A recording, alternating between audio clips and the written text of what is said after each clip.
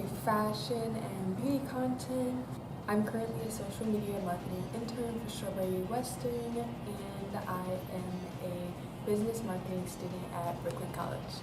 I just want to do a little brief update on, where I've been, because I haven't uploaded in a long time.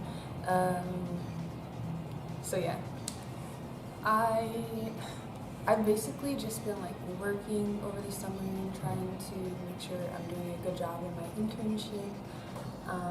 So I haven't had as much time to focus on my own personal platforms, I guess. But I'm trying to get back into it, trying to make time for my own stuff, But yeah, that's basically where I've been. Just been prioritizing work and school and all that stuff. Yeah, I don't know what else to say. I've been trying to vlog all summer, but I have not been happy with any of the footage, so sorry about that. But I am currently vlogging, and I hope that vlog can go up after this video, because I'm really trying my best to get into everything. I know you guys, well, I don't want to say I know you guys, but I'm sure you guys are wondering what happened. So yeah, that's my little update. Also, if you see me looking down, I kind of took notes to help me with speaking points, because I really struggle at that when I'm filming. Also, if you hear noises, I'm currently at my job's office, so yeah, so you're gonna hear noises coming from the other offices in this building. And also I brought Sparkles to work with me, so if she gets up and walks around, that's what that is. I really hope it's not too distracting, but yeah, I'm gonna get into it now. So basically, as you can tell from the title of this video, it is going to be on how to market yourself. So basically, in this video, I'm going to talk about how to market yourself, tips on working with brands as a small influencer / content creator, my own personal experience with being on both sides, with being a social media manager, because that's part of what I do in my internship, as well as being a content creator, things I've learned from people higher up in the field. I'm going to talk about a few things that I learned at a panel at DreamCon that I went to. There was, some experts on the panel, and I feel like they brought up some good things. And I'm going to be answering the questions that you all asked me on Instagram. So yeah. So basically, if you want to market yourself, you want to make sure you're marketing, the best version of yourself. So I would say figure out who you want to be and how you want to be perceived. I get a lot of help with this from Pinterest, as far as figuring out, the type of aesthetic that I want, or my vibe, because that's kind of where it starts. People on social media kind of gravitate towards you based on your vibe and your look. So I would say really, work on that and make sure you are, just work on becoming who you want to be, how you want to look, how you want to dress, how you want to be perceived. All this and that is very important. You also want to make sure that you're connecting with, like-minded people and building a community. You also want to make sure that you are putting out good energy. And I know this sounds really it sounds very I don't know the word for it, but it's obvious, right? But obviously people gravitate towards you based on your energy. So you want to make sure that you're not putting out negative energy, because that's really what you're going to get back. So I would say don't focus on the negative. I know I struggle with that sometimes. I occasionally get a negative comment, but for the most part I have a pretty supportive following, which I'm super grateful for. But yeah, you want to make sure that you're not being nasty towards people online.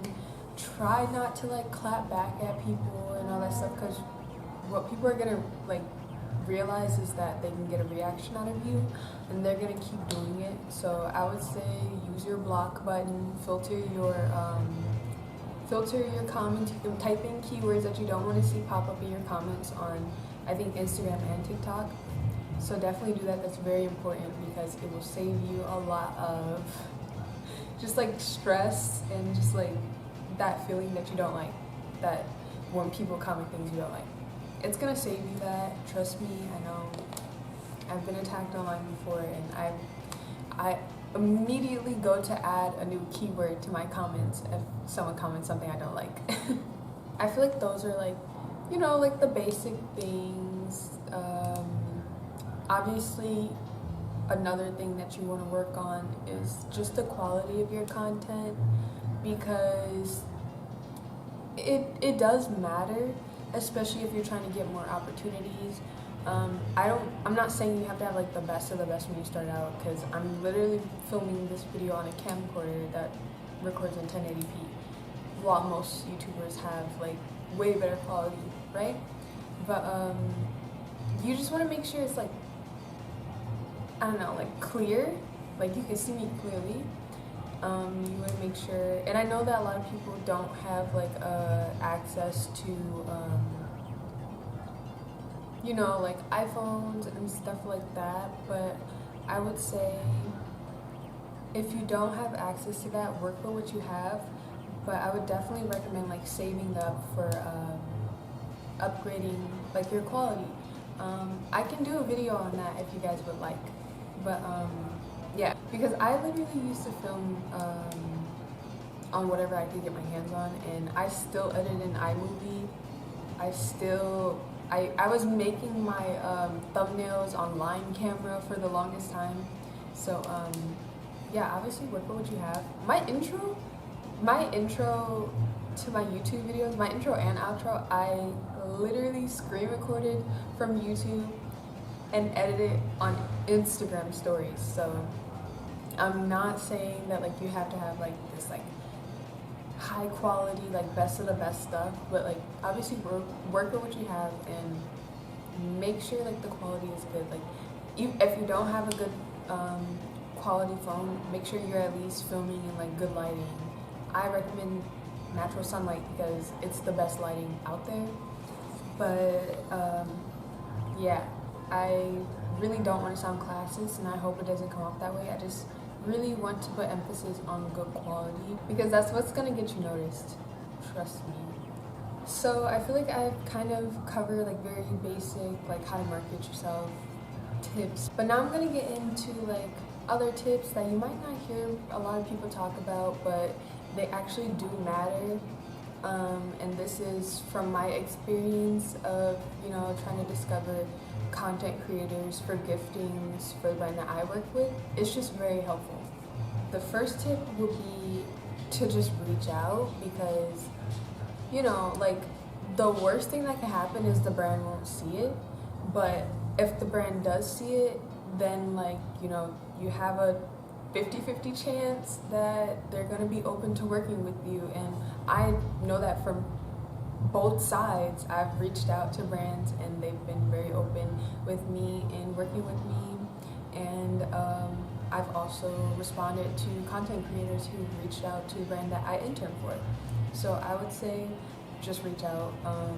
I can definitely, I mean, I don't have the best script. I can give you the script that I use. It's not the best script out there, but what I will say is that don't quote me on this 100%, but personally, I feel like the shorter the script, the higher your chances are of, you know, getting a response.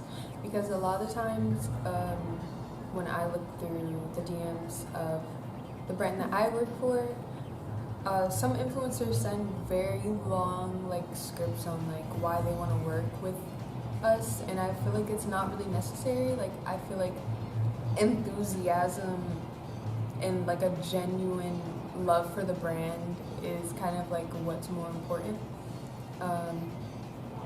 Also, while on that topic, I do want to say follower count does not matter. What matters is quality, consistency, enthusiasm, you know, like all those type of things. So yeah, unless a brand asks for it, you I don't think it's, I don't know, I'm kind of 50-50 on it because it does help if you have a high following, but I don't know, I feel like most brands would just like look at your page, and even if you have a high following, that doesn't mean your content is good, you know, like, or a good fit for their brand. So yeah, like social media managers care about that type of stuff. Like, you could have the highest following, but if your content isn't a good fit for the brand, it's kind of like, it doesn't really like matter. It doesn't really matter because it's like, I don't know, I just feel like collaboration should make sense. And if you're like reaching out to a brand that does not even align with your aesthetic, like, your followers probably aren't even going to like, I don't know, they're probably not even going to like care because like they follow you for a specific aesthetic, and if you're posting something opposite, they're not really gonna like, I don't know, go and buy that product. I don't know if I'm sounding right, but I know what I'm saying. Like, if you get it, you get it.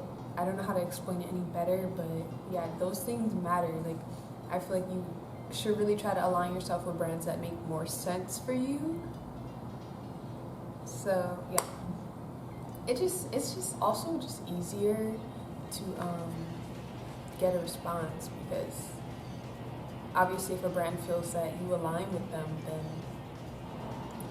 yeah, they'll be more on board with it. I will say, as far as numbers, you should put that stuff in your bio. Personally, I think that it's helpful. I do it. I don't know. I just personally think it's helpful because obviously, like, when you send a message to a brand, they're gonna click on your profile. So they're gonna click on your profile and they're gonna go through your content and stuff. So I think it's worth putting there. Another thing that's important is you want to make sure you're engaging with your followers, like interacting with them, engaging, responding to comments and stuff, because that stuff also matters. Like, no one, I don't know, like, it just helps to see that people like are trying to like build a community and all that type of stuff. Like, it's kind of pointless to like post something and never respond to any of the comments. I say just respond to them, even if it's days later, because I do that sometimes. Sometimes I'm a bit overwhelmed to respond to everyone right after I post it. I might respond a week later, but make sure you're at least responding or trying to respond to everyone if you can. I don't know, I feel like brands care about that type of stuff, and it's good to see.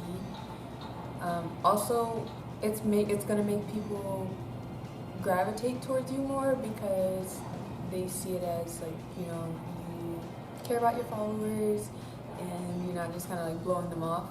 So that's just me though, that's my personal opinion. Another thing that I highly recommend is to be active on multiple different platforms. I just think it's easier so that you have something to fall back on if something happens to one of your accounts. You have your followers on another account, you know? Like, for me personally, I have TikTok, Instagram, and YouTube.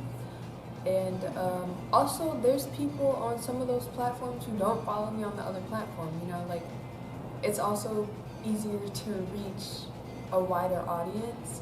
So I highly recommend that. Like, just start building on different platforms. If you're not doing that already, it's very important. Yeah.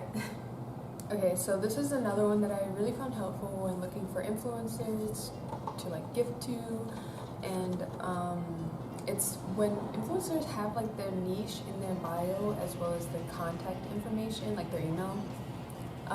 I just feel like it's really helpful. Like, I know what you're about based on like looking at your page initially. I feel like it's very smart. That's something that I need to add. I need to add my niche to my bio because I don't know, it's just helpful for brands when they're trying to figure out like if you will be a good fit for them. And yeah, I think it's important to have. Oh, and your location. I feel like you should definitely add where you're based, because it'll also be helpful for brands that are probably based the same location as you to reach out to you for like events and other things like that. So I think that is very important. Okay, this one is for like when you're posting content. I highly recommend using tags that are common in your niche for discovery. I don't know if a lot of you know this, but on Instagram you can actually follow tags, like hashtags. So you have a better chance of getting discovered if you use a hashtag that is common in your niche, because I'm pretty sure most people in that niche probably follow that hashtag anyway, or brands in that niche probably follow that hashtag.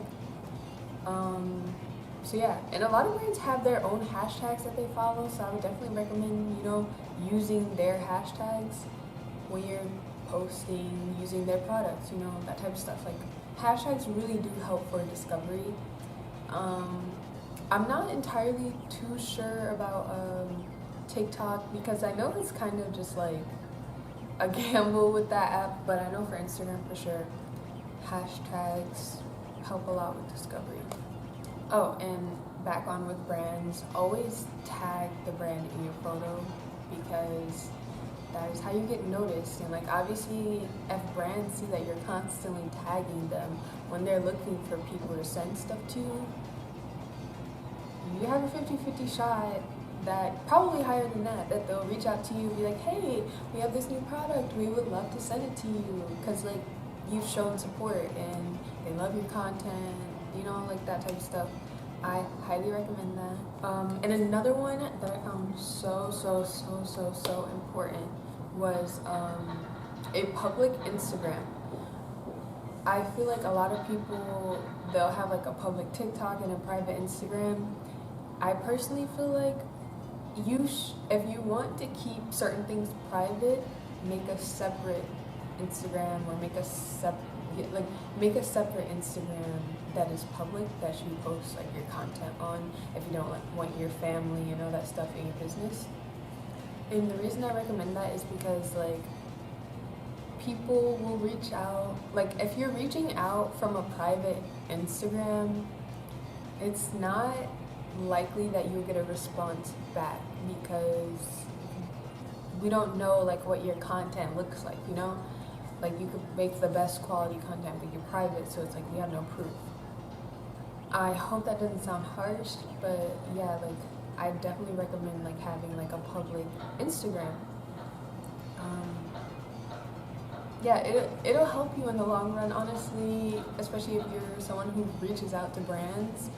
I definitely think you should have a public Instagram. And it doesn't matter how many followers you have, just start it, put your content there.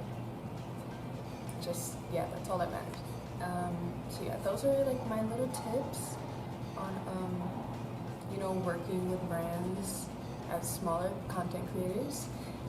And yeah, I shared a little bit of my experience on both sides when sharing those tips, but I want to talk a little bit more about that, like things that I didn't know and like what I learned from, dealing with, other influencers. I feel like before, I wouldn't be as open to working with brands that reached out to me in my DMs, because I felt like it was, I don't know, I just felt like it was more professional to reach out through email only. But my mindset towards that really shifted a lot. I wouldn't say during my internship, because it was a little bit before my internship, but I noticed that it's a lot easier for brands to reach out in DMs first, so they will. So yeah, you have to be open to that, and check like your requests, your DM requests and stuff like that. Yeah, just because most brands, they will just reach out on DM first and then ask for your email. Even if it's in your bio, they might still ask. So yeah, I know I've done that before, because sometimes you never know if someone has a better email that they would like to be reached at. So I feel like that's a lot of the times why they ask. And and yeah, I feel like you should be open. Like, don't just expect brands to only reach out in your email, because a lot of times they will reach out in DMs too. Another thing about like when brands are reaching out to you, you should like think about like if you want to accept gifting collaborations, if you only do paid, if you are not okay with brands reposting you. Like, you have to like set those boundaries with brands. Influencer marketing is marketing. Like, you are marketing yourself, and with that, like, you have to like have in your mind, like, if you're okay with like helping brands with marketing, and you know, like what you like, if you only do it for payment, if you're okay with doing it for in exchange for a product, you know, all those things. Because like when brands are reaching out, some brands will say you're not obligated to post, because in reality, if they're not paying you, like, you don't have to. But then again, with the brand that I work for, when we reach out to influencers, we, you know, state it in our initial message when we're reaching out that like we would love to work with someone in exchange for this. So that's basically, you know, stating that we're doing like a gifting collab. But you know, like, if it's someone who is like, oh, I don't do gifting collabs, but I would do like organic content, meaning that like they would basically just tag us whenever they wear the item, that's another thing. So, you know, you have to like state those things which you're comfortable with, because yeah. Okay, so I want to move away from that, and I want to talk about one thing that really stood out to me when I was listening to the panel with like the people, like the tax experts and all that stuff at DreamCon. And one of the things that really stood out to me was they said to get an EIN number, which is basically, it protects you so you don't have to share your social security number when you're working with brands. You have to fill out like W-9 forms, which require you to put your social security number on it. And if you think about it, like, you don't know who's seeing that, like, these forms, like, in these like businesses. So that's something that I want to look into and I want to get, and I definitely recommend that you guys do that too, because I didn't even know that existed until I went to that panel. So I definitely want to share my knowledge of that, because I think that's very important. You don't want to just share your social security with everyone. So yeah, that's very important. And yeah, that's a big thing about when you're working with brands.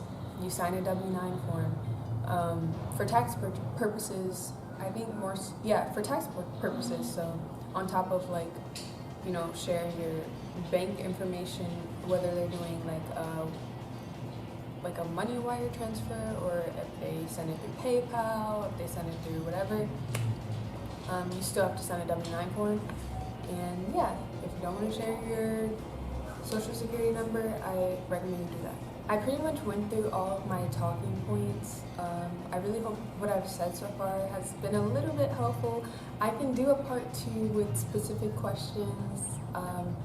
If you leave some in the comments, I'll definitely answer that. But now we're going to get into the questions. The first one being, how do you book modeling jobs? For me personally, I always use tags for like modeling on my photos. So I do like NYC model. I use some of like the scouting tags for like modeling agencies. And I find that a lot of like photographers and stuff, and like they probably follow the same tags, because majority of the time I get reached out to. I don't reach out to like photographers. I rarely reach out, but I think I've done that like one time, but like, yeah, I don't really reach out to photographers. They usually reach out to me. Also, like I've been added to like a casting email before. So sometimes they do that. I guess they'll take your email if they like your look, and they'll add you to casting calls. That's one thing. So like, I don't know, I guess like put yourself out there as a model, you know, use those tags and stuff, because, or even put it in your bio, because I feel like that, like, discovery is pretty much like what helps you get scouted for those type of jobs. Also, like, brands will probably reach out to you for modeling if they like your look. I just say put yourself out there. You have to market yourself. You have to put yourself out there. Another question is, where do you seek inspo when creating content? And I would say I follow people who inspire me, for one. That is very, very important. You want to follow people who are constantly inspiring you. Yeah, and like, it could be like your friends, it could be people in the entertainment industry. Like, just follow people who inspire you. It could be style, whatever. Do that. I also highly recommend Pinterest. I feel like everyone knows Pinterest, but I love mood boarding so much. Like, I feel like I mood board all the time. And what I've been doing lately is mood boarding, you know, like my vibe for a season. If you go on my Pinterest right now, you'll see my spring summer 23 Pinterest board, and that's basically what I've been basing like all my content off of. I put posing inspos, Instagram feed inspos, TikTok video inspos, my look inspo, fashion inspo, all that stuff. It really helps me with trying to discover like how I want to be perceived and stuff like that. It's very important. So yeah, that's mainly where my inspo comes from, or my sources of inspiration are.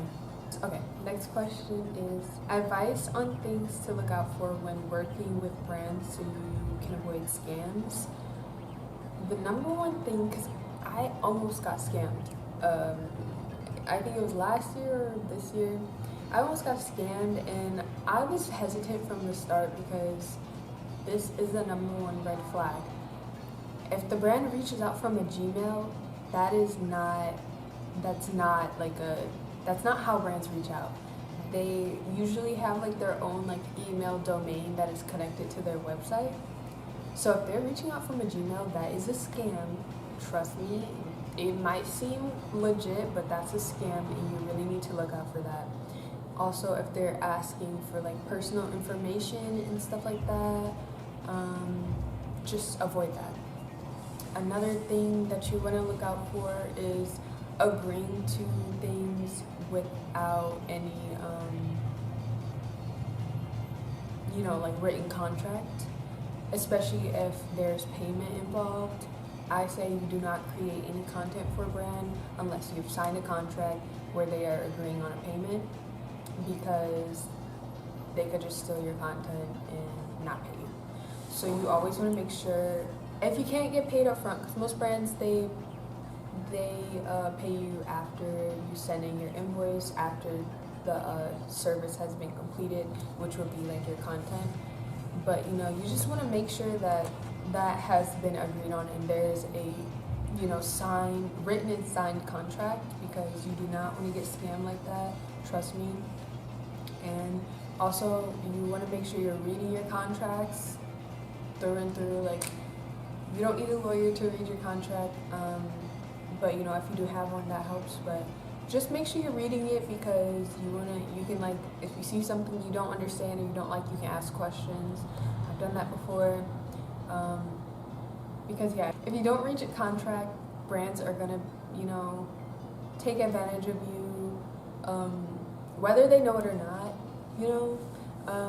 From my personal experience with payment, I had that same issue where I was expecting a payment, a certain amount of days after I completed my service of creating my content. I reached out and I'm like, oh, where's my payment? And they said, oh, the payment won't be until a later date. And I said, no, here in the contract it says, I will be paid by now. And then I got my payment that same day, I think, or the next day, because it was probably like confusion on their end. They probably messed up in their contract somewhere and had to end up paying me earlier. But you want to make sure you're reading that stuff, because if I didn't read it, I would have just been like, oh, okay, I guess I'll just wait, But no, just make sure you're reading your contract.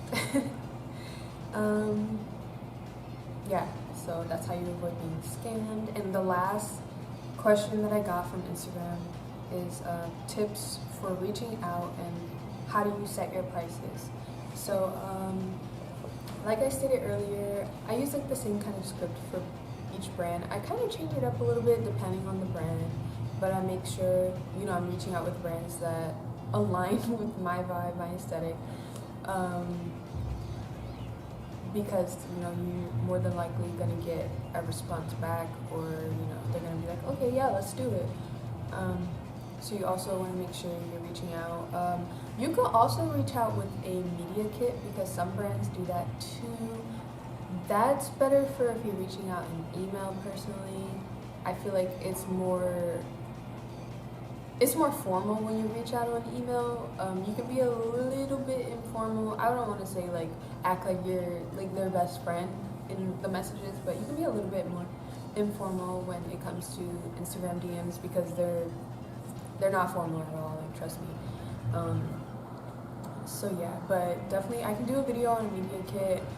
My media kit is so like old and outdated, but I could show it to you guys if you want to see that. I could do a second part to this video,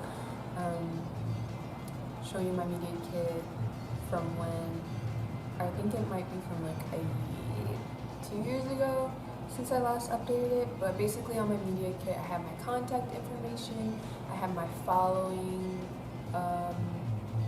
I think I have my engagement, and I have all of the brands that I've ever worked with on there, and I have my prices. So yeah, I feel like I don't sound super helpful, because most of the time I've only recently started reaching out to brands, so I don't have 100% experience. But from what I've seen with other brands reaching out to, from what I've seen with influencers reaching out to the brand that I interned for, people usually like sometimes send like their media kit, or they'll have like a really long script of with including like their following count, including their engagement rate, all that stuff, and their contact info. So yeah, I guess it's cool to include those things, but it just, yeah, like I feel like you should make a script that doesn't sound like it's like kind of a robot generated, or like robot generated, you know what I mean? Just make it sound like authentic to you, and talk a little bit like, just like stay like your, like what kind of content you make, and like why you think you would be a good fit for the brand, and all that type of stuff. And as far as prices, I feel like there's no wrong price, but I definitely sparkles, oh my god, but I definitely will say, do not undersell yourself. If anything, you should sell yourself a little higher, like set your prices a little higher, because most brands, even if it's not in their budget, most of the time they are willing to negotiate, if they actually care to work with you. Some brands would probably just be like, I'm sorry, we can't, whatever. But from my personal experience, I've negotiated with brands, it's worked out. Yeah, so I would say set your prices at a price that you're comfortable with producing content at. Like, if you feel like the price that you set is a good amount for you, what if, like, just take into account, like, I had to take off work this day, I could have made this much money to make this content, I had to take off work, I had to set aside time to do this and that. Like, just think about your time, take into account your time, your engagement, if people actually buy things that you recommend, because like a lot of time people will literally, like, you could be like a small influencer, you can make one video and sell out a product. Like, you have that influence to do that. Like, that's really important in marketing, and I feel like that should be like another factor of your pricing. The quality of content, the usage, how long your video is going to be used, because most of the time when they're paying you for it, they're going to use it for an ad. How long are they going to be using it for an ad? That's things that you have to think about when you're making your prices. So I would say when you are negotiating price with a brand, always go higher, because majority of the time they have a set budget, they obviously aren't gonna tell you how much their budget is, but you know, like sometimes it will be lower than what they would expect, you know. So I would say go higher, because most of the time their budgets are very high and they have the money, and if your price is within their budget, they're gonna accept it. That was a tip that I learned from someone on TikTok. Actually, I don't remember their name, but yeah, negotiate your prices. I wish I would have done more negotiating, but yeah, I hope that this information was helpful for you all. I was really trying my best to like stay on track and include as much information that I could. So yeah, if you guys find this helpful and you would like a part 2, leave your questions and concerns or comments down below in the comment section, and I will film a part 2 as soon as I can. So yeah, thank you so much for watching and supporting my channel, and I hope to see you in my next video. Bye!